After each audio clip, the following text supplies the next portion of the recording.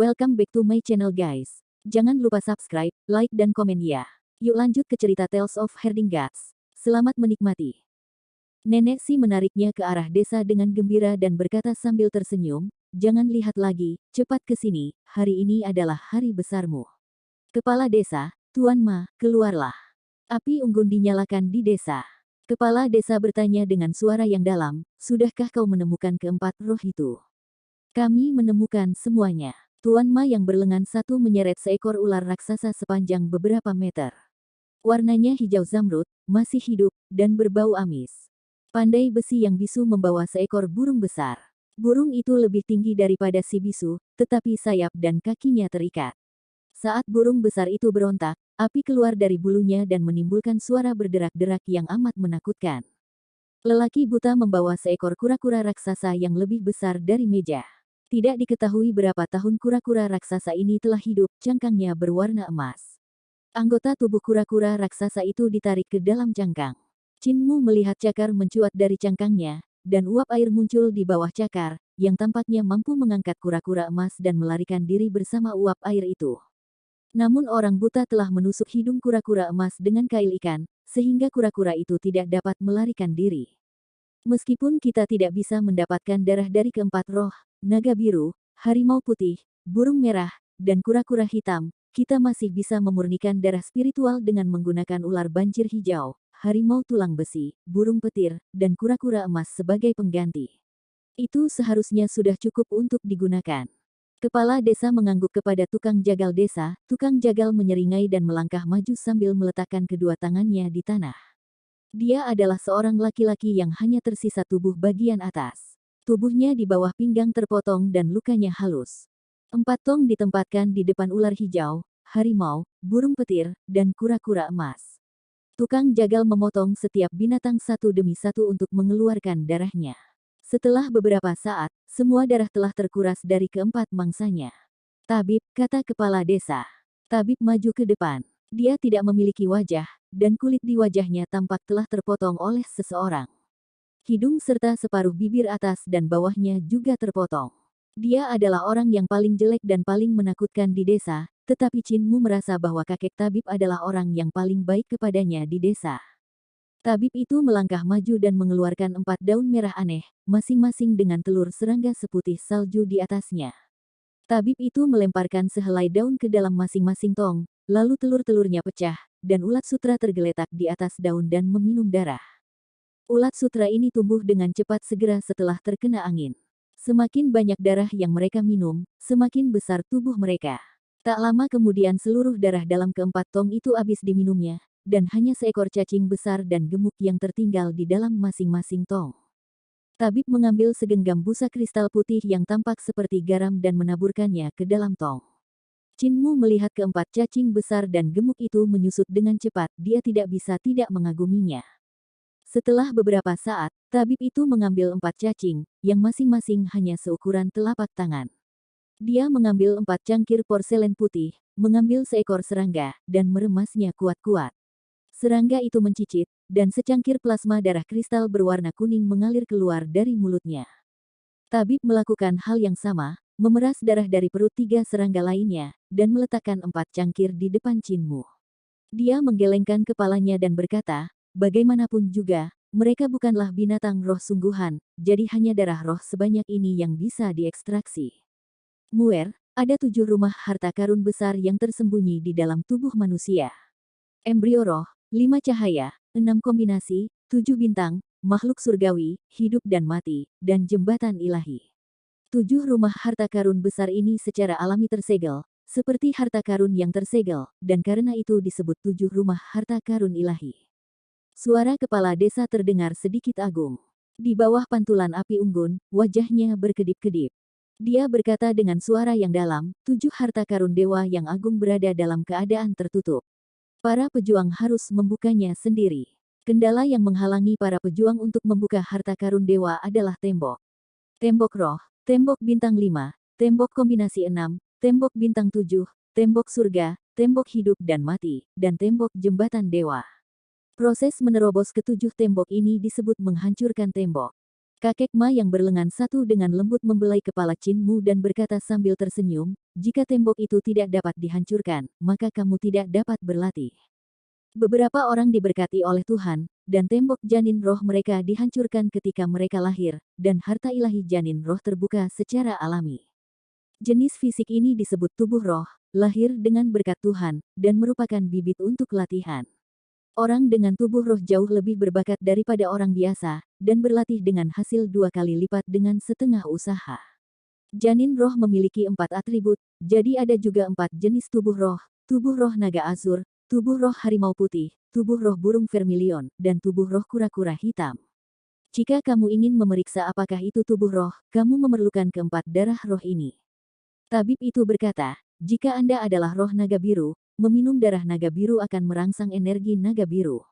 Tuan Ma adalah roh naga biru. Kakek Ma yang berlengan satu menanggalkan pakaiannya, berdiri tanpa baju di hadapan Chin Mu, membelakanginya, dan menggeram. Chin Mu segera melihat gas hijau muncul dari belakang kakek Ma, memanjang dari tulang ekor ke bagian belakang kepala. Gas hijau itu berangsur-angsur berubah dan berubah menjadi naga hijau, dengan sisik dan kumis yang terlihat jelas. Satu cakar naga menjulur ke salah satu lengan kakek Ma, dan 2 cakar naga meliliti kaki kakek Ma. Ini adalah roh naga biru.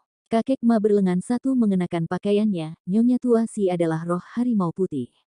Nenek Si memutar matanya ke arahnya dan berkata, aku tidak akan melepas pakaianku untuk memberi kalian hantu tua kesempatan. Aku akan menggunakan ciku untuk memperlihatkan diriku kepada Chin Mu. Tubuhnya bergetar pelan, dan samar-samar terdengar auman harimau di belakangnya. Seekor harimau putih dengan 2 mata terkulai muncul di belakangnya. Semua orang di desa ini adalah tubuh roh. Kami dulunya mulia, tetapi sekarang kami hanyalah sekelompok pria dan wanita tua yang tidak berguna. Nenek Si tersenyum dan berkata, kami orang tua cacat tidak punya banyak hal untuk diberikan kepadamu. Keempat cangkir berisi 4 darah roh ini adalah bahan untuk merangsang tubuh roh. Jika kamu adalah tubuh roh harimau putih, meminum darah roh harimau putih akan merangsang energi harimau putih dalam janin rohmu. Jika kamu adalah tubuh roh burung vermilion, darah roh burung vermilion akan mengaktifkan energi burung vermilion dalam janin rohmu. Hal yang sama berlaku untuk tubuh roh kura-kura hitam. Minumlah. Kepala desa, Nenek Si dan yang lainnya semua memandang Chin Mu dengan penuh harap. Jantung Chin Mu berdetak kencang. Meskipun dia diberi makan banyak hal aneh saat mengikuti kakek untuk belajar cara mengumpulkan dan memurnikan herbal, tidak ada satupun yang seaneh kali ini. Dia mengambil cangkir porselen putih. Darah spiritual di dalamnya membara panas. Itu adalah secangkir darah spiritual burung vermilion. Chin Mu meminum semuanya sekaligus. Dia merasakan garis api memasuki tenggorokan. Dia merasakan seolah-olah ada api yang berkobar membakar darahnya hingga akan mendidih. Setelah beberapa saat, rasa terbakar itu menghilang. Bodoh, apakah dia roh dari burung vermilion? Tanya kepala desa. Si pandai besi yang bodoh itu menggelengkan kepalanya. Kepala desa berkata, Chin Mu, lanjutkan. Chin Mu menekan cangkir porselen putih kedua, yang berisi darah spiritual harimau putih. Ketika dia meminumnya, rasanya seperti meminum sari tembaga dan besi cair yang dicampur dengan terak besi. Rasanya sepat dan menyengat. Setelah masuk ke dalam tubuhnya, seluruh tubuhnya terasa perih. Tak lama kemudian, rasa perih itu pun hilang. Itu bukan semangat harimau putih. Nenek Si menggelengkan kepalanya, sedikit kecewa. Chin Mu, cangkir ketiga. Kata kepala desa dengan suara yang dalam. Chin Mu meminum cangkir ketiga darah spiritual naga azur yang diambil dari ular hijau besar. Secangkir darah spiritual ini membuat otot-ototnya menggelembung dan membengkak. Darahnya menggelembung dan membengkak, dan organ-organ dalamnya terasa terjepit tak nyaman, namun rasa bengkak itu segera menghilang. Tuan Ma menunjukkan ekspresi kecewa dan menggelengkan kepalanya sambil berkata, itu bukan roh naga biru. Kalau begitu, itu pasti roh kura-kura hitam. Tabib itu jarang tersenyum, kini wajahnya tampak semakin garang. Chin Mu meminum cangkir terakhir darah spiritual kura-kura hitam. Darah itu membuat tubuhnya ringan, seolah-olah dia basah kuyup dalam air sungai, tetapi perasaan ini segera menghilang. Dia juga bukan roh kura-kura hitam, tabib itu menggelengkan kepalanya. Penduduk desa di sekitar api unggun terdiam, dan si tukang jagal berkata, jadi dia hanya manusia biasa. Nenek Si tiba-tiba menangis terseduh-seduh, kita semua sudah tua dan tidak berguna. Kalau kita mati, dia tidak akan bisa bertahan hidup. Di sini sangat berbahaya, dia tidak akan bisa bertahan hidup sehari pun. Chin-mu memegang tangannya dan berbisik, "Nenek, jangan menangis. Nenek dan kakek adalah orang baik, kita tidak akan mati." "Orang baik, ha." Kakek Ma menertawakan dirinya sendiri dan berkata, "Kami orang-orang yang tidak berguna dipaksa masuk ke Dasu dan bertahan hidup sampai sekarang. Dasu terlalu berbahaya. Tanpa kami, Muir akan kesulitan bertahan hidup. Kita harus mengirimnya keluar dari Dasu. Di luar sana jauh lebih aman." Si tukang jagal berkata dengan dingin, "Jika kita mengirimnya keluar, kita akan ditemukan oleh musuh-musuh kita dan kita semua akan mati. Dia juga akan terlibat dengan kita dan juga akan mati." Desa Chanlao kembali sunyi. Tiba-tiba kepala desa berkata, "Bagus." Nenek Si bertanya-tanya, "Apa yang bagus?" Kepala desa tersenyum dan berkata, "Saya katakan dia memiliki fisik yang bagus dan merupakan kandidat yang baik."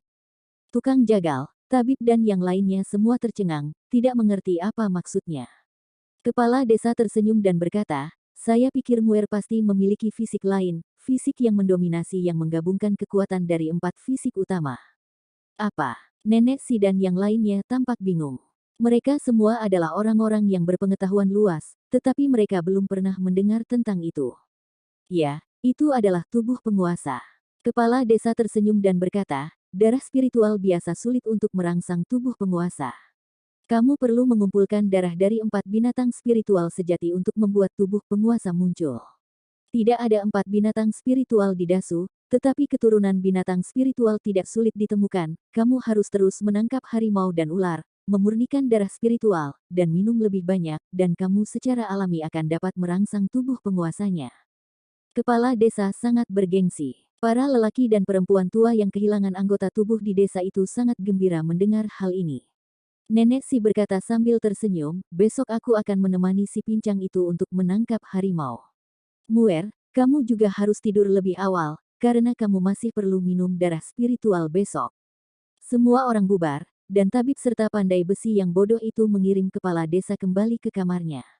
Si bisu pergi, namun sang tabib tak kunjung pergi, dan berbisik, "Tidak pernah ada tubuh penguasa." Kepala desa mengangguk dan berkata, "Saya baru saja mengatakan itu. Jika saya tidak mengatakannya, akan sulit bagi penduduk desa untuk bertahan hidup." Tabib itu tercengang. Semua penduduk desa Chanlao memiliki asal-usulnya masing-masing, tetapi semuanya dipaksa memasuki Dasu dan datang ke desa Chanlao untuk bertahan hidup. Mereka awalnya menyalahkan langit, bumi dan semua makhluk hidup, dan kebencian mereka terlalu berat. Fakta bahwa mereka dapat bertahan sampai sekarang pasti berkat kontribusi Chin-mu. Kedatangan bayi mungil berbadan sehat inilah yang membuyarkan kekesalan di hati setiap orang. Semua orang membesarkan Chin-mu dan menganggap bocah kecil ini sebagai orang terdekat mereka. Chin-mu menjaga hati rapuh para penduduk desa Chanlao. Jika penduduk desa tahu bahwa Chin-mu hanya memiliki fisik biasa dan tidak dapat bertahan hidup sendirian di reruntuhan, saya khawatir orang-orang ini akan kehilangan kendali dan tidak ada yang tahu apa yang akan mereka lakukan. Tabib itu berkata tanpa ekspresi, "Tapi Anda tidak bisa menyembunyikannya selamanya. Cepat atau lambat, kita semua akan menjadi tua dan mati, dan hanya Chin-mu yang akan tersisa. Jadi jangan beritahu dia bahwa dia tidak pernah memiliki tubuh penguasa. Jangan pernah." Kepala desa berkata dengan suara berat, "Biarkan dia percaya bahwa dialah satu-satunya penguasa." Tabib itu terkejut dan mengamati wajahnya dengan saksama. Wajah kepala desa tampak sangat menawan di bawah lampu minyak yang redup.